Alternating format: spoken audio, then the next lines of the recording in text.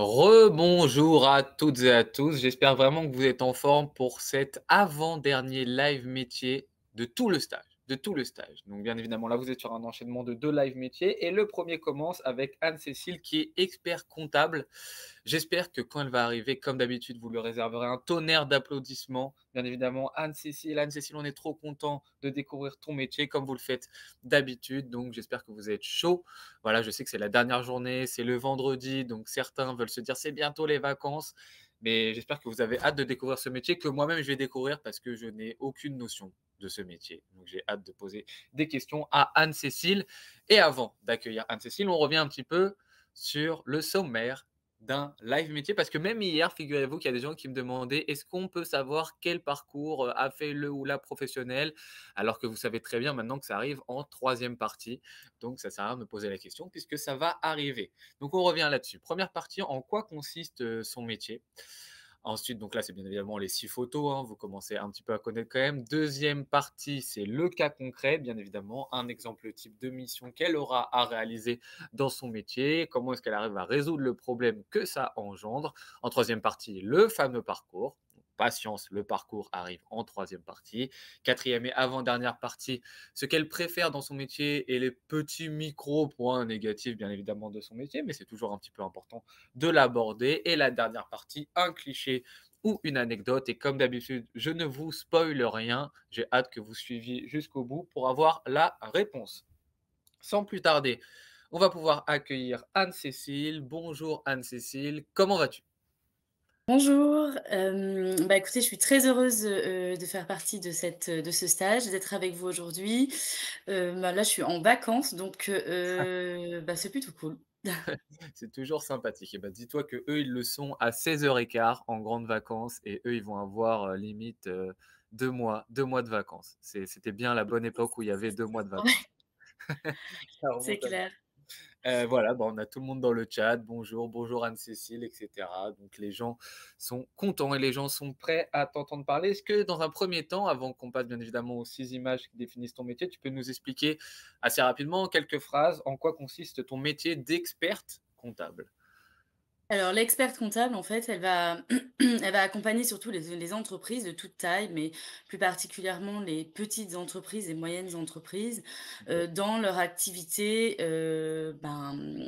quotidienne, surtout économique. Donc en fait, l'expert comptable, il fait principalement les comptes, de l'entreprise, qui est donc une obligation légale.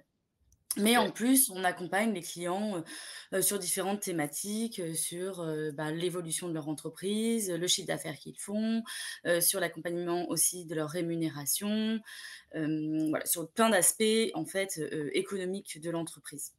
OK. Bah, Glo écoute, c'est déjà un petit peu plus clair pour nous à ce niveau-là et pour rentrer un petit peu plus dans le détail, je pense qu'on peut passer justement aux 6 images qui définissent ton métier. Alors on voit Oui. plein de choses un petit peu diverses et variées. On a notamment en première photo donc, un petit serrage de main. On a un petit peu, j'ai l'impression aussi de la data et de l'analytics, avec un petit graphique et on a un petit bureau donc dans les photos du haut, donc qui représente un petit peu là où tu peux travailler. Est-ce que tu peux nous expliquer plus en détail, justement de quoi il s'agit? Alors, en fait, la première image, j'avais mis ça, pour vous montrer, en fait, que, nous, en tant qu'experts comptables, on est tout le temps en lien avec des clients. Les clients, nous prennent un peu pour leurs partenaires économiques et financiers et finalement, c'est notre cœur de métier. On est tous les jours en contact avec, des personnes différentes, d'activités différentes. Ça peut être, des professionnels, qui font du conseil, d'autres qui font, du bâtiment, d'autres, beaucoup d'artisans, type, des salons de coiffure, des esthéticiennes. Mmh. Heu, Ça peut être aussi des professionnels uniquement dans la tech, ou dans la publicité, dans la communication, voilà et donc cette image-là, c'est pour montrer vraiment que on est tout le temps en contact avec, des professionnels. Ouais. Ensuite, l'idée de la data analytics, c'était de dire que, en gros, nous, on travaille avec les données de notre client. Et sur la base de ces données-là, on peut être amené à faire des graphiques pour leur montrer la croissance de leur chiffre d'affaires, combien ils gagnent d'argent, tous les mois. On peut pousser l'analyse, par exemple, sur des, données plus précises. Je ne sais pas si eux veulent savoir, par exemple, combien leur coûtent leurs salariés, toutes les semaines ou tous les mois, voilà. Donc, OK. on peut creuser, sur différents types de données. Ouais. Et la dernière image en haut à droite, c'est, pour dire que maintenant, dans les nouveaux cabinets, en fait, d'expertise comptable, on a la possibilité de travailler à distance, d'être en télétravail. Regardez là, Mmh. moi, je suis en vacances et je suis avec mon PC. Mais globalement, pour dire que moi, dans mon cabinet, on autorise 3 jours de télétravail à nos salariés et on a juste besoin de notre PC et d'une bonne chaise pour bosser et franchement, c'est quand même sympathique. C'est quand même sympathique. C'est un petit peu les bons avantages qui ont été, appris, retenus de ce cette période post, Covid justement. Heu, Exactement. on a une petite question de Léa qui nous demande: Mmh. «Quelles sont les qualités et compétences requises pour exercer votre métier selon vous?» Alors, c'est une très bonne question. Je pense qu'il faut quand même pas mal d'organisation et de rigueur. Mmh. Justement, la question de Léa, me permet de parler d'une Ouais, des images qui est en bas. En fait, nous, en tant qu'experts comptables, on est quand même rythmés par des obligations légales, et notamment des obligations fiscales. Et donc on a des obligations, des dates fixées par l'administration, donc par l'État, et qui nous dit: «Bah, voilà, vous devez, remettre les TVA mensuels à telle date, vous devez envoyer les liasses fiscales». C'est-à-dire liasses fiscales, c'est ce qui permet de dire combien la société a gagné ou perdu malheureusement et sur cette base-là, combien elle doit payer d'impôts à l'État. Bon, je la OK. fais très courte, hein, mais c'est un peu l'idée et du coup, on est très, notre travail est tout le temps, rythmé par des obligations et par des dates, donc on doit Ouais, vraiment être rigoureux, OK. être capable de tenir un calendrier, être assez organisé, pour pouvoir, justement respecter toutes les obligations, étatiques, on va dire. Après, moi, je trouve que les qualités importantes, c'est être capable de s'adapter parce qu'en fait, on évolue dans différents secteurs. Moi, j'ai des clients qui sont dans la tech et qui font que, typiquement, vous voyez, sur votre iPhone, vous avez tout le temps ou votre Android, vous avez tout le temps des publicités. Genre, vous parlez avec vos amis, je sais pas, de Starbucks et quelques jours après, vous allez voir Ouais. Starbucks qui va apparaître. Ouais. Moi, typiquement, j'ai un client qui fait que ça s'appelle du retargeting, et en fait, lui, il est dans la tech, donc je dois m'adapter un peu à son activité. Qu'est-ce qu'il fait? C'est quoi son produit? Qu'est-ce qu'il vend à ses clients et cetera. Et puis, j'ai par exemple, comme je vous disais, j'ai, typiquement un salon de coiffure, il faut être capable de s'adapter à cette clientèle-là parce que c'est pas forcément, les mêmes professionnels et ils attendent pas les mêmes choses Sûr. des experts comptables. Donc voilà, ça c'est un peu les points je trouve que c'est Des les points importants. ouais, les points importants. À voir, OK, et avant de parler un petit peu des autres photos, on a une question de Wally qui est pas précisément sur ton métier, mais qui en découle forcément un petit peu. Elle dit: «Quelles choses les assistants d'experts comptables font à votre place afin de vous décharger de certaines choses? Sont-ils indispensables et surtout, en avez-vous un ou une?» Alors c'est une très bonne question. Je ne sais pas si vous avez entendu parler de la facture électronique, mais avec cette, arrivée-là d'ici 2026, en fait, désormais l'État, si vous voulez, toutes les factures qui vont être émises de la part des clients ou reçues de fournisseurs seront en lien avec l'État. Donc en fait, l'État va un peu, prendre le relais, tout ça avec de la data en fait, tout ça est lié à l'évolution en fait, de la digitalisation et de la technologie. Et donc, les assistants, purs assistants qui avant Mmh. prenaient les factures papier des clients et saisissaient à la main, Ouais, ça petit à petit, malheureusement, le métier va être amené à disparaître puisque ça va être remplacé par les ordinateurs ouais. et par l'intelligence artificielle. Mmh. Hem, mais on a quand même besoin évidemment, d'équipes. En fait, nous, on travaille qu'en équipe, d'où l'image que j'ai affichée. C'est Mmh. qu'on travaille qu'en équipe parce que, en fait, moi, les assistants que j'appelle pas vraiment assistants parce que ça, je trouve que c'est un peu péjoratif, mais moi, j'ai des Ouais, collaboratrices ou des collaborateurs comptables et qui, en gros, sont en lien avec le client, discutent avec le client au quotidien, lui OK. sont en aide et si vraiment il y a une questions très techniques, fiscales, sociales ou des choses sur lesquelles ils ne peuvent pas répondre, ils se réfèrent à l'expert comptable et ils disent: «Ouais, est-ce que tu peux Mmh. m'aider? En fait, j'arrive pas vraiment à répondre à cette question. J'ai cherché dans les données, qui existent pour les experts comptables et je trouve pas vraiment ma réponse. Est-ce que tu peux m'aider?» Voilà. En gros, l'expert comptable, lui, il va garder alors ça dépend évidemment de la taille du cabinet. Quand tu es dans un cabinet où il y a que l'expert comptable, ce qui arrive avec parfois juste un alternant, bah, en fait, l'expert comptable, il fait tout. Il fait, la relation client, il fait la gestion, de son cabinet, il fait le lien, avec, l'État, enfin des déclarations fiscales, il fait tout. En fait, plus tu vas avoir de monde dans ton cabinet, plus en fait les tâches vont être réparties et du coup l'expert comptable va être vraiment là pour garder la relation client et faire le développement commercial, pour trouver de Ouais. nouveaux clients et puis, pour faire vivre le cabinet et va être là, en support pour les dernières, questions techniques, que les collaborateurs n'arriveraient pas à répondre. OK, bah, écoute, je pense que ça répond très, très bien à la question et pour passer un petit peu maintenant aux autres photos, il y a un petit, sablier, qui Alors le représente, sablier, ouais, c'est pour le temps en fait, hein. C'est un peu ce que je disais tout à l'heure à la question de Lé quand je répondais à la question de Léa, c'est, en gros, on a des deadlines, enfin des dates, des échéances en fait qui sont fixées par le ministère de l'économie et puis, des finances. En gros, on a l'obligation de remettre, les TVA tous les mois ou tous les trimestres en disant que le client doit tant d'argent à l'État. Je ne sais pas si vous connaissez le principe de la TVA, mais en gros, vous achetez quelque chose, il y a de la TVA, comme vous l'avez et ça, vous avez le droit de la récupérer, cette TVA-là. En gros, l'État vous la doit. En ouais, contrepartie, quand votre client vous paye, eh bien, vous devez reverser cette TVA-là à l'État. Donc en gros, la TVA, pardon, c'est qu'un jeu de trésorerie, OK? mmh, Ça ne rentre pas dans votre activité, économique et dans votre résultat de l'entreprise. ouais. Donc par exemple, ça, tous les mois, il faut faire ça. On a pas mal d'échéances, voilà. C'est ça que veut dire le sablier, d'où l'organisation et la rigueur, C'est pour ce quotidienne. que tu évoquais tout à l'heure, ouais. Ensuite, pour les autres images, celle du milieu, c'est en gros tout ça pour dire qu'on travaille souvent en équipe. Moi, depuis Ouais, que j'ai commencé, je travaille depuis, peut-être 13 ans ou quelque chose comme ça et en fait, j'ai toujours travaillé en équipe, j'ai jamais été seule. Donc il faut être capable enfin, ça, c'est le côté, si tu aimes bien travailler avec autrui, si tu aimes bien travailler en équipe, si tu es capable d'être, solidaire, soudé avec une équipe, c'est un métier qui peut te plaire. Et pour l'image la plus à gauche, c'est pour dire qu'on travaille qu'avec des chiffres.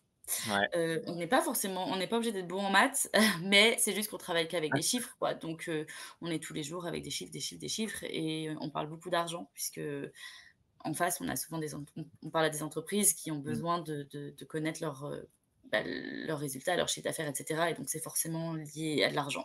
Ça parle très souvent en chiffres et justement, on a une question de Wally un petit peu sur ce thème-ci qui nous demande: «Le tableur Excel est-il le plus utilisé dans votre domaine?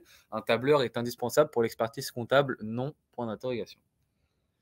Hem, Écoute, pas vraiment. OK. Moi, je pas vraiment parce qu'aujourd'hui enfin, avant oui, mais aujourd'hui un peu moins parce qu'on a des outils. Moi, je travaille sur un outil, qui s'appelle Penny Lane. C'est la dernière licorne française, donc c'est en gros une des dernières entreprises start-up françaises qui a levé le plus de fonds. Et en fait, ils ont réussi à tout intégrer, dans, ce logiciel-là. Donc, alors oui, si tu veux, on peut sortir la donnée via Excel et heu, l'analyser, mais sinon, en fait, tu as aussi des outils intégrés qui te permettent de sortir, tout un tas de tableaux, en fait, tout ça se fait par l'intelligence artificielle. En gros, tu leur dis: «Bah, voilà, voilà ce que j'ai dans mon outil, est-ce que tu peux me dire, la variation du chiffre d'affaires, la variation des charges externes, la variation» et en fait, après, c'est toujours mieux d'avoir Excel puisque, Ah ça oui. te permet de faire des analyses plus approfondies, Mmh, plus poussées, mais, tout le monde, ne l'utilise pas, mmh. au quotidien. Ouais et puis c'est Excel quand on commence vraiment à bien le connaître, c'est un très bel outil, moi je trouve C'est ça hyper puissant, ouais, ouais. c'est très, très fort. Même s'il peut être au tout départ un peu, dur, difficile d'accès au tout début, quand on commence à le maîtriser, c'est assez sympathique de jouer avec, je trouve. Ouais. On peut passer maintenant à la deuxième partie qui correspond à un cas concret. Donc une de tes missions, c'était établir un bilan annuel d'une boutique de vélos. Auxquelles problématiques tu as dû faire face et quelles solutions justement tu as apportées à ces problématiques? Oui, alors j'avais pris ça parce que je pense que ça parle à tout le monde. En gros, vous avez sûrement déjà vu, Bah, là où vous habitez, des boutiques de vélos et beh, typiquement, le gérant, enfin celui qui a l'entreprise, il a besoin d'établir un bilan annuel et de le transmettre à l'administration fiscale pour que l'administration fiscale sache, bah, le résultat qu'il fait, les impôts qu'il doit payer ou pas et cetera. Donc, qu'est-ce qui se passe dans la boutique de vélo? Juste pour remettre dans le contexte, une boutique de vélo, ça a quoi? Ça a par exemple du stock. Le stock, c'est quoi? Bah, c'est les vélos qu'il a et puis c'est Ouais, toutes les pièces détachées parce que pour avoir un vélo, bah, on a les roues, la jante, les pédales, la selle, le guidon, la structure même du vélo, le cadre. Voilà, donc ça va être le stock et puis dans une boutique de vélo, ben, il y a, les factures qu'on fait à nos clients. Voilà, j'ai vendu un vélo à monsieur X, bah, monsieur X, je lui ai mis une facture en lui disant: «Bah, voilà, vous avez acheté un vélo, ça coûtait 150 €, je vous ai fait, je sais pas moi, une nouvelle peinture sur votre cadre, ça coûtait 50 € et cetera». Et puis dans cette même boutique de vélo, il a aussi des charges. Il a quoi comme charge? Bah, tout simplement, il a de l'électricité comme nous tous et puis il a, on va dire des charges ultra classiques, qu'on peut avoir quand on a une maison. ouais, Donc l'eau, l'électricité, potentiellement s'il se chauffe un peu et que c'est du gaz avec du gaz, beh, il a du gaz et après on a ce qu'on appelle toutes les, autres, charges, des charges externes. Typiquement, ben, il doit payer son comptable, ouais. il doit, faire un peu de pub, parce que pour se faire connaître, ben, il faut faire un peu de pub. Vous connaissez tous, ben, peut-être qu'il va passer si c'est un mec un peu jeune, il va passer peut-être par Instagram, TikTok ou je ne sais quoi et en fait, il faut payer ça. Voilà, on va donc nous, en tant qu'expert comptable, on doit établir le bilan de tous ces flux. Donc tous ces flux, c'est-à-dire tant les ventes qu'on a faites, autant, toutes les charges qu'on a payées pour faire marcher, en fait, cette boutique de vélo. Donc, quels sont les problèmes rencontrés? Bah, souvent, le problème, c'est que nous, comme on est externe à cette entreprise, bah, le client, parfois, lui, il est pris dans son activité, il doit faire du chiffre, Mmh. il doit, bah, forcément faire des vélos, en acheter, trouver des clients, faire de la publicité, faire de la com, et cetera. Et donc, parfois, bah, nous, pour établir le bilan, il nous manque des factures. Or, s'il nous manque des factures, nous, en tant que professionnels externes de l'entreprise et liés au ministère de l'économie, en fait, on doit s'assurer de l'exhaustivité des factures obtenues. OK. Hem, voilà, après, oui, j'avais mis un point important, le mauvais comptage des vélos parce que, bah, lui, son activité principale, c'est les vélos. En fait, il doit nous dire à la fin de l'année combien de vélos il lui reste, Ouais. pour qu'on puisse correctement établir son bilan. Ça s'appelle l'inventaire et ça, toute société qui a, du matériel, enfin, en tout cas, quelque chose qui est, tangible, enfin physique, il Bon. doit compter à la fin de l'année son stock et nous dire: «Bah, voilà, moi, il me reste, 10 vélos, entiers, enfin 10 vélos prêts à vendre. Il me reste, tant de sel, tant de bidons, voilà. Et ça malheureusement, les clients, ils comprennent pas trop l'intérêt. Ils se disent: «Bah, en fait, pourquoi ça le regarde?» Bah, en fait, c'est important parce que nous, pour pouvoir être le plus pertinent possible sur le chiffrage à la fin de l'année, il Ouais. faut qu'on connaisse précisément le nombre, le stock précis. OK. Le dernier problème qu'on peut rencontrer, c'est souvent dans la caisse parce qu'en fait, bah, les clients, vous connaissez sûrement tous le principe du cash, c'est que certains clients ne déclarent pas tout le cash qu'ils ont perçu. Pourquoi? Parce que le cash, vu que le cash, enfin les espèces ne sont pas forcément déposées en banque, Mmh. Il y a pas de c'est pas forcément traçabilité, quoi. traçable. Ouais. Voilà et donc c'est pas déposé, donc c'est pas déclaré et du coup, ben, nous en fait, on est maintenant, liés à une norme qui s'appelle la lutte anti-blanchiment OK. et on doit s'assurer en fait qu'il y a pas de fraude en fait. Parce que le cash, c'est facile de faire de la fraude. Donc, bah, fraude souvent fiscale ou sociale. C'est-à-dire que ça permet d'éviter de payer des impôts, ça permet d'éviter de payer la TVA, voilà. Mmh. OK. Voilà, voilà. Et Hem, et donc alors pour les les solutions justement que tu apportes à toutes ces problématiques qui peuvent surgir.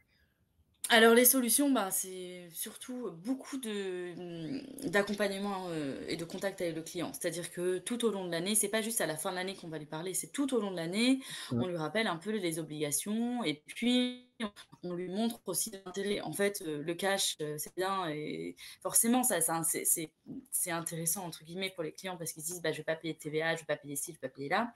Certes oui, mais en fait le bilan sera faux et donc le bilan, en fait, quand il va vouloir faire un emprunt bancaire parce que, bah, il a un autre projet, lui maintenant il a le projet d'acheter une deuxième boutique et puis il a le projet aussi d'acheter les murs de sa boutique.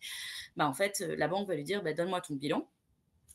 Parce que comme c'est une tierce personne qui l'a établi, pour lui, c'est important et du coup, hem, le bilan va pas refléter la réalité et potentiellement va être moins, solide que s'il avait tout déclaré. Donc voilà, c'est vraiment de l'accompagnement quotidien avec le client, c'est enfin quotidien, j'exagère, on leur parle pas tous les jours non plus, mais régulier en tout cas. Mmh. Et puis, nous, notre travail, c'est, de vérifier effectivement les informations qu'on reçoit, si c'est vrai une vraie facture, si, ça correspond évidemment au mouvement bancaire. Est-ce qu'ils nous parce que parfois, il y en a qui essaient de détourner un peu les choses et voilà, nous, notre travail, c'est quand même de vérifier les informations et d'accompagner le client, au Vraiment régulièrement. possible. OK, OK, très bien. Beh, écoute, pendant qu'on voyait un petit peu ce cas concret, on avait plein, plein, plein de questions, notamment Léa qui nous a demandé: «Que se passe-t-il si vous dépassez, les délais, par exemple, d'un objectif fixé, une sanction ou est-ce que vous pouvez perdre votre travail carrément?» Alors non, on perd pas notre travail. En revanche, si on ne respecte pas les échéances fixées par l'administration fiscale, en fait, il y a un système qui comme tout se fait de manière, par télétransmission, tout se fait donc, depuis l'ordinateur, et de manière, digitalisée et je cherche le mot, mais bon bref, en tout cas, tout se fait, il y a plus de papier, on n'envoie plus par la poste en tout cas. Mmh. Hem, L'État L'administration fiscale, en fait, dès lors qu'on dépasse le délai, elle, automatiquement, elle envoie un mail ou un courrier au client en disant: «Bah, vous n'avez pas respecté la deadline, vous avez donc des pénalités qui s'élèvent à 5 ou 10. Donc ça va très, très vite et en fait, les clients, vu qu'ils payent un comptable et un expert comptable pour faire le travail, ils n'ont pas du tout envie d'avoir des pénalités. Alors, parfois, on arrive à faire sauter les pénalités, ça c'est on obtient des remises de pénalités, mais franchement, vous devez tous savoir que les caisses de l'État sont actuellement un peu vides et donc ils sont un peu, réticents à annuler les pénalités. Il faut vraiment avoir des excuses, très forts, par exemple, en cas de changement d'expert comptable, quand il y a un Ouais. changement d'expertise comptable, là, ils peuvent accepter parce qu'effectivement la Mmh. transmission de données, Mmh. et puis Pour aussi parce reprendre que les dossiers et cetera, ouais. ouais, voilà, ça c'est mais sinon oui, globalement, on peut avoir des pénalités. Pour perdre le travail d'un expert comptable, ouais, il faut être, complice, avec le client, un client qui a fait une grosse fraude fiscale, Ah oui, OK. mais sinon, pour perdre son métier, bon, il faut quand même y aller, Faut je crois. faut y aller, faut y aller. OK, d'accord, très bien. Donc, n'accompagnez pas vos clients dans la fraude fiscale et tout se passera bien normalement. Exactement. Ouais. On a une super question de Wally qui revient un petit peu à ce qu'on a évoqué précédemment. Si l'IA va remplacer les assistants, d'expertes ou experts comptables, votre propre travail peut-il lui aussi être en danger? Alors je pense pas, parce que nous vraiment on accompagne les clients vraiment dans la gestion de leur entreprise, en fait. Enfin, on s'immisce pas dans la gestion, mais on les accompagne. On les accompagne aussi sur plein de sujets, fiscaux, sur du conseil. Donc du conseil fiscal, comment mieux optimiser, comment moins payer d'impôts, qu'est-ce que je peux faire pour qu'à la fin de l'année, bah, si j'ai fait une super année et que j'ai eu beaucoup, beaucoup de résultats, une très bonne qu'est-ce que je peux faire pour pas payer d'impôts? Ils ont besoin aussi de leurs experts comptables dans le cadre de tout ce Mmh. qui est, accompagnement social. C'est quoi ça? C'est quand tu as des salariés, c'est quand, tu as des liens tu dois payer ton URSSAF, hem et en fait, le métier peut pas vraiment disparaître. Effectivement, on va perdre, c'est-à-dire qu'on va devoir peut-être diminuer notre, nous, nos, nos prix payés et les honoraires qu'on facture, sur la partie, traitement des données, traitement de données simple en tout cas, mais on va renforcer normalement notre accompagnement client, le conseil à faire avec eux, et donc du coup, on va pouvoir normalement contrebalancer en fait la perte de cette, partie de mission. OK, OK, d'accord. Bah, j'espère que ça te répond bien à ta question, Wally. Et avant de passer à la prochaine partie qui est donc le parcours, 2 questions, en une. La première, c'est est-ce que tu as encore besoin d'alternants? Et si oui, comment on peut te faire part de son dossier? C'est une question de Annick directement et je te rajoute à cette question une question de beaucoup de personnes, dont Isaac et Nina, qui demandent: «Est-ce que c'est un milieu qui recrute, un métier qui recrute?» Alors, ouais, très bonne question. Alors les alternants, nous, on en a pas encore, on en a, 3 ou 4. OK. On en a encore besoin parce que la facture électronique ne va être mise en place que, courant 2026, à partir de septembre 2026 pour les petites entreprises et va, vous vous doutez bien que, c'est trop difficile, je sais pas le nombre, des centaines de milliers d'entreprises qu'il y a en France. Mmh. C'est difficile de tout implémenter en une seule fois. Donc en fait, l'État a décidé d'étaler, en fait, la mise en place de cette facturation électronique. Donc en fait, on va encore avoir, du travail, pendant, beaucoup de travail, et donc les alternants, oui, bien sûr. Je sais pas comment ça se passe, si, MyFuture donnera, mon adresse mail, ou mais en tout cas, vous pouvez me contacter sur mon adresse mail, OK. Bah, on avoir, enverra ton l'avis adresse de mail. Ouais. ouais, voilà, vous pouvez bien entendu. J'ai perdu la deuxième La question. deuxième question, c'est est-ce que c'est un milieu qui Ah oui! recrute, dans lequel, bah, C'est voilà, il un y a milieu beaucoup qui recrute, oui, oui, bien sûr, parce qu'en fait, plus on a de clients, plus on a de traitements de données, plus on a besoin de personnes, en fait, et au bout d'un moment, si on n'a pas assez de salariés pour aider, de collaborateurs pour aider, bah, en fait, on est bloqué, on peut pas avoir plus de clients.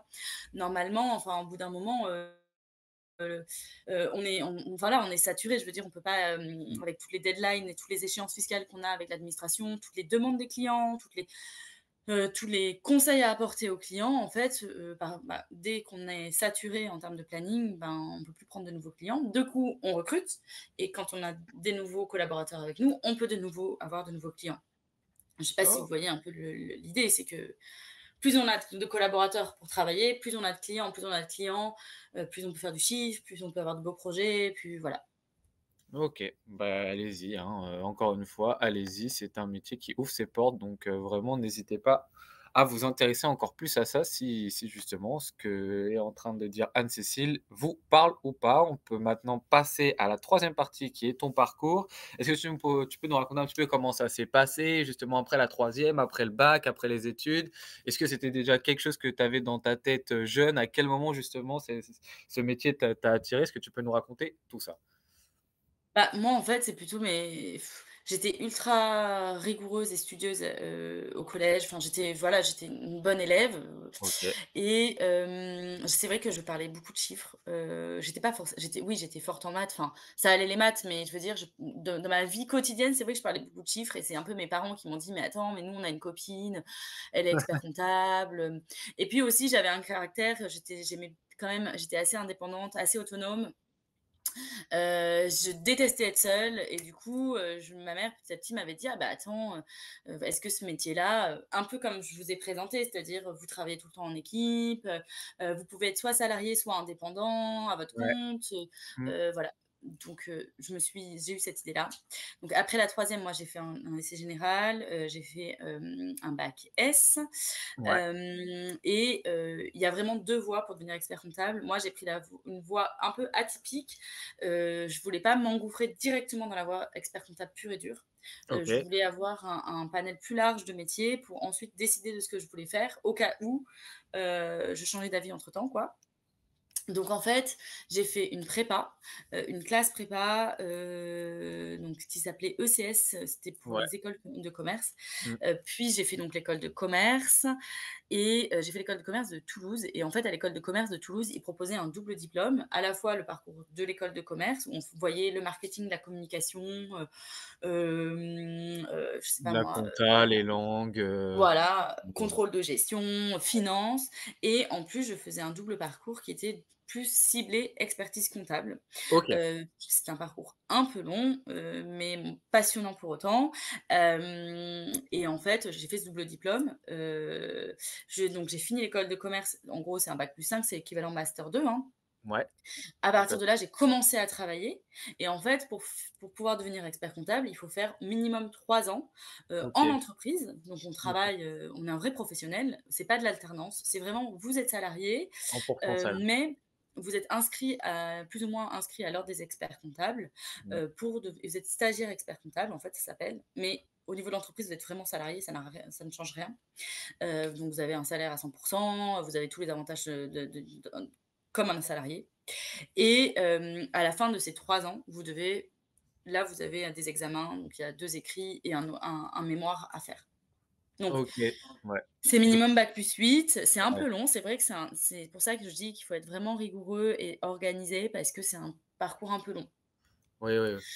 Mais après, c'est vraiment 5 ans d'études, quoi. C'est pas bac plus 8 années d'études vraiment. Les Non, 3 je dernières me suis années, on est non, déjà dans le bain, on est déjà en train de travailler, quoi. exactement.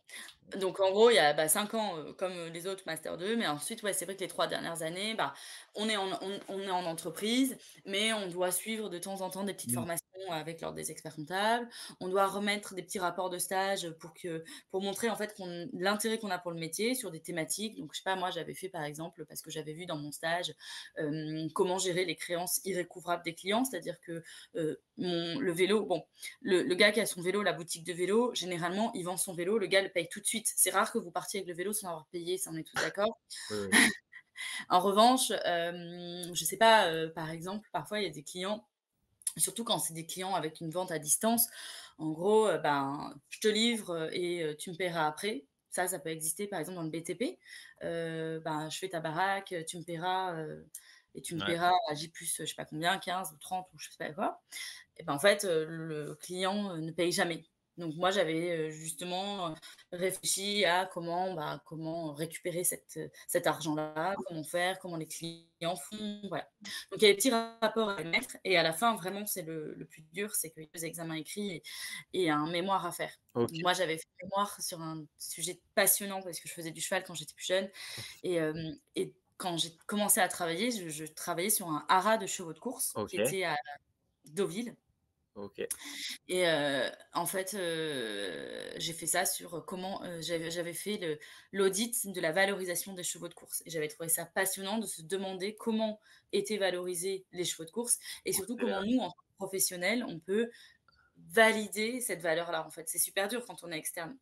Donc OK. voilà. Ouais, ouais, tout à fait et donc la partie que tu as mis après les études, faire des stages et cetera, ça, c'était après les 3 années avant d'être experte ou ça arrive après? Ça arrive à quel moment? Faire les stages, c'était pendant mes études. Ah, c'est pendant les études, OK, d'accord. Ouais, ça c'était pendant les études. Oui, c'est vrai que j'arrivais pas trop à le placer sur la frise, mais en Ouais. gros, c'est pendant les études, à l'école de commerce, on fait des stages. Oui, oui, oui.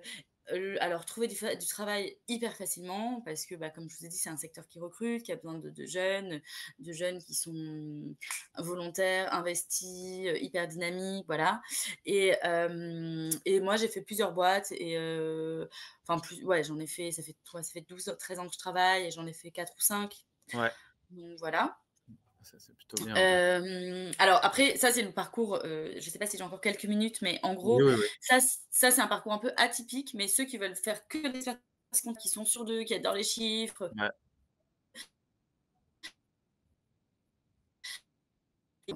directement dans le moule, en fait, il y a des parcours que pour ça.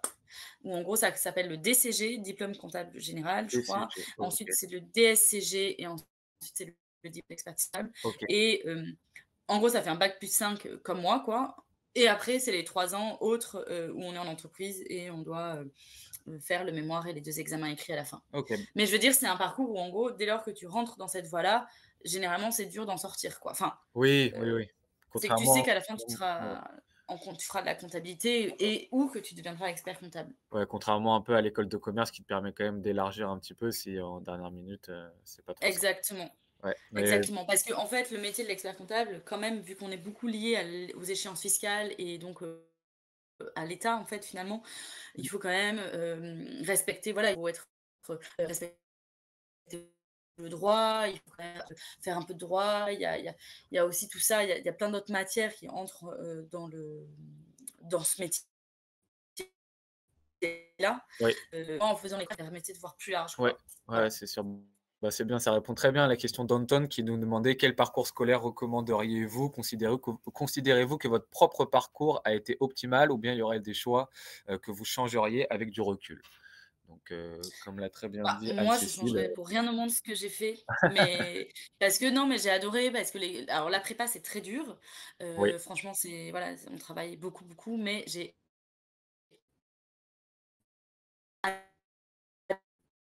adoré le respect. c'était mais il y a de la matière, Ouais, c'est magique, j'avais appris beaucoup de choses sur la ouais, géopolitique, sur l'histoire, j'avais voilà, les langues aussi, j'avais trouvé ça passionnant parce qu'on fait pas comme, au lycée ou au collège où on apprend des langues et on vous fait apprendre la ouais, grammaire, et cetera. En gros, là, vraiment, ça va être on va creuser sur les pays, ouais, qui ont ces langues-là, leur origine, les liens, l'histoire, les guerres potentielles. Je sais pas, par exemple, moi, j'avais pris LV1 en espagnol LV1, parce que j'étais pas assez forte en anglais, je m'étais dit: «Bon, je vais tenter». Et en fait, on apprend tout sur l'Amérique latine et j'avais trouvé ça génial d'apprendre, de creuser sur, bah, le Venezuela et cetera. Donc ça, c'est la partie prépa et ouais. j'avais donc trouvé ça quand même hyper intéressant et après l'école de commerce, bah, on se fait plein de potes, et franchement, c'est une trop bonne ambiance et voilà, c'est juste qu'après, il faut être discipliné pour pouvoir, passer le double diplôme, quoi. Donc Oui, oui. c'est un peu ça, c'est un peu dur. Donc si on est organisé et discipliné, ça va, si on lâche un peu trop la rampe et que, on profite un peu trop de l'école de commerce, c'est un peu plus dur de faire le Ouais, double diplôme. Donc voilà, c'est à exactement. double tranchant. Exactement, exactement. Et avant de passer à l'avant-dernière partie, on a une question de Nina qui nous demande, la fameuse question qui revient très souvent: «Est-ce que tu pourrais leur donner une ordre d'idée d'une fourchette de prix de salaire?» De salaire de l'expert comptable, Ouais. Bon après je pense que ça dépend ben, énormément, hein, des ça structures et cetera. dépend. Ouais, alors moi je suis salariée donc pour le moment, bah, un salarié est très bien payé, mais quand tu es à ton compte, alors je sais pas, c'est toujours difficile de, parce qu'il y a une notion de brut et de net, mais en gros, ça peut varier entre 5 et 10 000 par mois, OK. OK. net.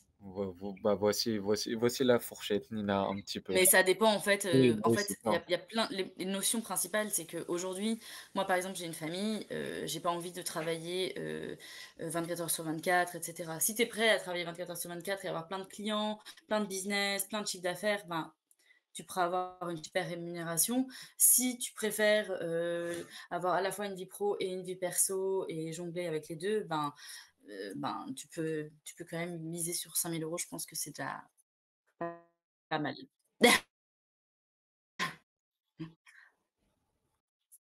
Petit côté positif, enfin les gros côtés positifs et les plus petits côtés, négatifs un peu de ton métier. Est-ce que tu préfères commencer par les petits points négatifs?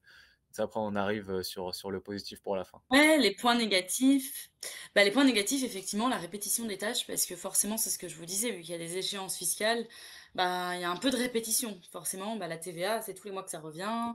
Faire les bilans annuels des clients, ben, en fait, c'est les mêmes c'est le même principe pour tous les clients, donc Ouais, on peut avoir l'impression de répéter ses tâches. OK. Hem, la mauvaise image du métier, j'avais mis ça parce que, ben, franchement, quand on voit les anciens experts comptables, ça fait un peu horreur. C'est-à-dire, c'est les vieux de la vieille avec, leurs piles de Ouais. papier, les factures, dans des boîtes à chaussures ou dans des sacs plastiques. Alors ça, il faut vraiment, plus du tout avoir cette image-là parce que c'est plus le cas et en tout cas, ça va le devenir. Bientôt, il y aura plus du tout ça n'existera plus justement parce qu'on va mettre la facture électronique et parce qu'on va travailler uniquement avec notre PC sous le bras. Enfin, en tout cas, moi, vraiment, aujourd'hui, j'ai plus un seul papier. Le client qui me ramène son ticket de caisse, je lui dis: «Non, mais en fait, tu le scannes, tu le prends en photo, tu l'intègres directement dans l'outil, tu m'envoies pas ça comme, document, quoi». Ouais, OK.